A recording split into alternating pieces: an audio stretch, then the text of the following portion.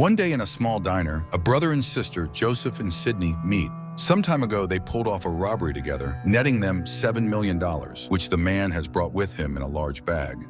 They briefly discuss their plan of action for the near future. Sydney needs the money to pay off debts and provide for her daughter, Steph. She wants to right her wrongs because she regrets not being there for her daughter as she should have been. But first and foremost, the pair needs to hide in such a way that they can't be found. Joseph mentions he knows just the place, but at that moment, a police siren blares outside the window and they both run off. In the woods, they change clothes, throwing their old ones into a swamp. Joseph says that a friend of his has allowed them to hide out in her country house, a place long forgotten by everyone. Soon they reach a cornfield, and as they make their way through it, they hear gunshots. They approach the house cautiously. To their surprise, there is a car parked in front, and 3 guys are amusing themselves by shooting empty bottles with rifles. Sydney calls out to the troublemakers, but her shotgun doesn't scare them. However, when Joseph appears on the other side, the trio takes off. The brother suggests they hurry. They go inside the house, which appears to be empty.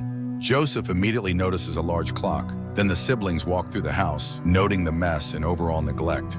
At that moment, they once again hear police sirens. Sydney suggests running, but Joseph points at a door leading to a pantry and announces it's exactly what they've been looking for. He then rushes to the clock on the first floor and starts turning its hands in a particular sequence. Sydney does the same with other clocks, and when they all start chiming, the pair steps into the pantry and closes the door behind them. Thunder rumbles and lightning flashes above the house. Just then, Joseph opens a small notebook and orders his sister to dial a certain number on the antique telephone inside the room, and to hang up right after she says the required words. Outside, they can hear the voices of police officers searching for them. Sydney dials the number and utters a few words, then immediately hangs up. Darkness and silence descend. Sometime later, Joseph opens the door and they step outside. There is no one around. The house is neat and cozy. Everything is in its place, and the clocks have stopped again. Following instructions, Joseph winds the clock in the living room. Sydney can't believe they actually pulled it off, and now they are safe. But Joseph reminds her they must stay there for at least 14 days, which doesn't seem too hard.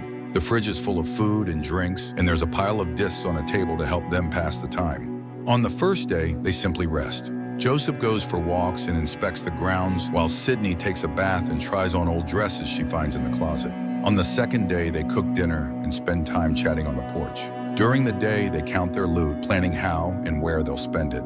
Sydney misses her daughter and looks at her photo, but consoles herself that soon all this will be over and they'll be able to live without needing anything. They examine the portraits hanging in the house and practice shooting, at which they both seem to be quite skilled, as they have rifles with scopes. Thus, 13 days go by. One evening, Sydney explains to her brother the value of certain items stored in this strange house. For example, a bullhook is not cheap, but modern people simply don't know what it's for. Suddenly, she switches to talking about their relationship as brother and sister. The man feels he never gave her enough love and now suffers because of it. But Sydney herself thinks her life hasn't turned out too badly. She does have a daughter, after all.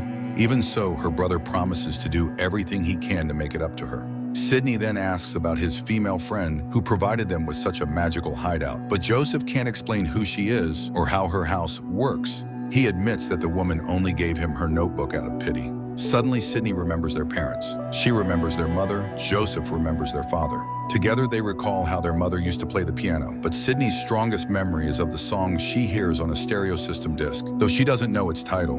She hums the old tune and then suddenly asks Joseph to take her back to her daughter.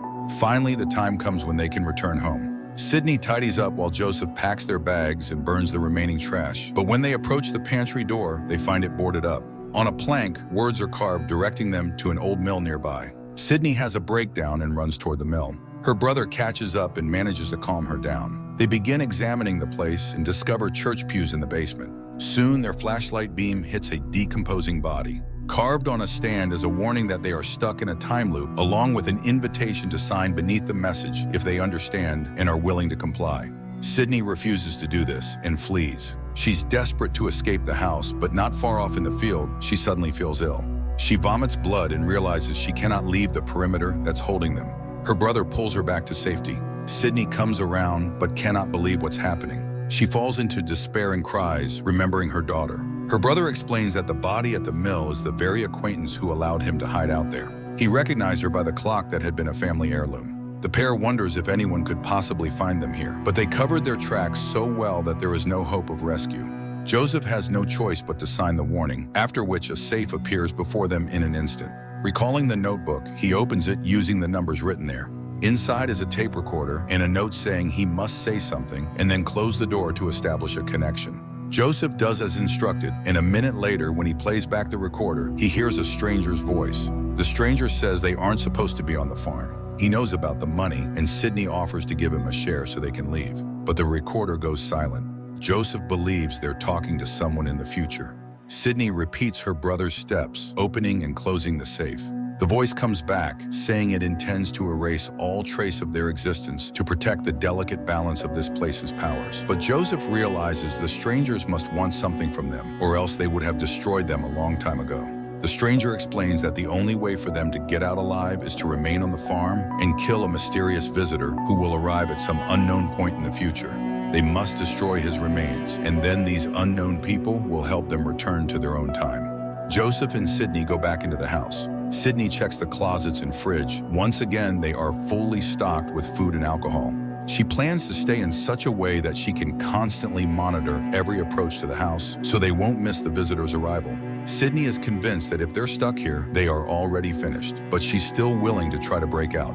Joseph suggests setting up a watch schedule and taking shifts while Sydney pours out the alcohol. They stash the weapons they have around various hiding spots in the yard and in the mill. While Joseph stands guard, Sydney methodically searches the house, studying old portraits and photographs on the walls.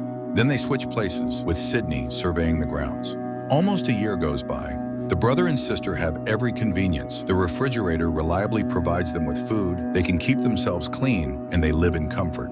Sydney continues examining old newspapers, magazines, and documents she finds in the house. She watches vintage broadcasts and practices using the bullhook, and in the evenings she builds campfires. One day she tells her brother she found a box of photographs at the mill, which helped her discover that the images in the foyer aren't of the farm's original owners.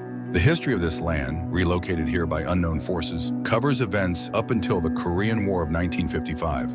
After that, there's nothing. No proof anyone lived here afterward. The naval officer in one of the pictures apparently died here around that same time, supposedly from falling down the stairs. She believes this was approximately when those who seized the place with their technology first arrived. They made the house their own, installing electricity, heating, and even television.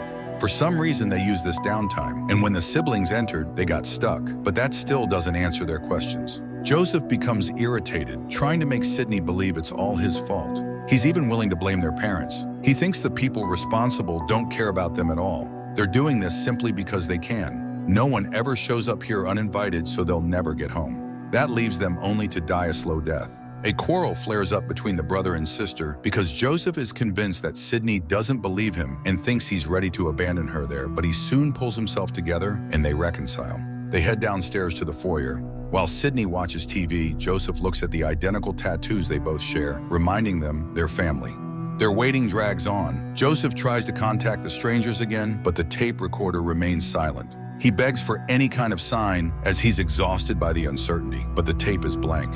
One day, a mysterious visitor appears on the farm. He watches Sydney through binoculars, then walks toward the house and prepares to shoot her. But Joseph spots him and shouts to warn his sister. The bullet misses its mark. The hooded stranger then opens fire on Joseph, but he also manages to duck back into the house and hide. They begin hunting the visitor, but can't find him yet. Joseph circles around the house and tries to reach a stash of weapons hidden in the field. The stranger fires at him. Joseph heads back into the house where the hooded man catches up with him. Later, Sydney hears music from the field and sees someone with a tape player from which their mother's song is playing. Joseph lies at his feet. Sydney goes out into the field. An argument ensues and Sydney is wounded. She takes cover in the house, bandages herself, and discovers the closet is blocked once more. In a rage, she tries to break down the door, but a warning appears on the board, telling her not to do that. At the same moment, a safe appears in the room. Meanwhile, Joseph, his legs bound, regains consciousness in a church. Sydney reopens the safe connection, insisting on leaving with her brother. The strangers warn that if she breaks down the door, both will die. At that moment, the visitor notices Joseph trying to reach his pistol and strikes him. A stranger says they can't risk the visitor escaping. Sydney mentions her mother's music, but they insist the visitor is not her mother. Meanwhile, the visitor, who for some reason cannot speak, writes a note instructing Joseph to contact these strangers and assure them he and Sydney have fulfilled the requirement and killed the intruder. Sydney is in the midst of being persuaded to disclose everything she knows about the visitor, after which they promise they will explain why they're so sure it isn't her mother. Then the connection abruptly cuts off. In the church, the visitor makes Joseph confirm the intruder's death on the tape recorder. Joseph says the body is outside, that he's injured, and if the strangers can contact Sydney, the two of them will present the body. Sydney receives this information and sets out to rescue him. Meanwhile, the visitor, communicating in writing, tells Joseph that he's looking for the person who killed his family. Just then, Sydney makes some noise outside and the visitor rushes out. A shootout begins, and this time the visitor flees. Joseph manages to grab his pistol and free himself, while Sydney chases the stranger into the house. They fight, and Sydney wounds him, knocking him down, and tries to reveal his face. Struggling, she finally manages to pull off his mask and recognizes her now adult daughter, Steph.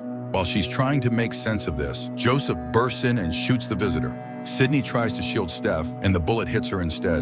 While the brother mourns his dying sister, Steph escapes through the pantry, is left alone. Joseph tells the stranger on the tape recorder that the visitor is gone. He buries Sydney and, following instructions, waits at the mill. He's transported to an unknown location and meets the stranger from the tape recorder plus a woman. They demand information about the visitor, but Joseph knows nothing. They say he and Sydney broke the rules and will be erased, apologizing for having hoped for a better outcome. Joseph begs for one last chance. The strangers agree and send him back to the first day. At the cafe, he reveals to Sydney he has lived through this cycle many times. Unable to prevent her accidental death, he tells her the only way to stop it is to kill him on the spot, take the money, and return to her daughter. Sydney shoots Joseph and flees as police sirens approach. It's a strange and even absurd film because the viewer is left expecting an explanation or a resolution to this bizarre paradox, but it never comes. Who is behind all of this? What they hoped to achieve and why the heroine's daughter turned out to be the one she had to kill all remain unanswered mysteries.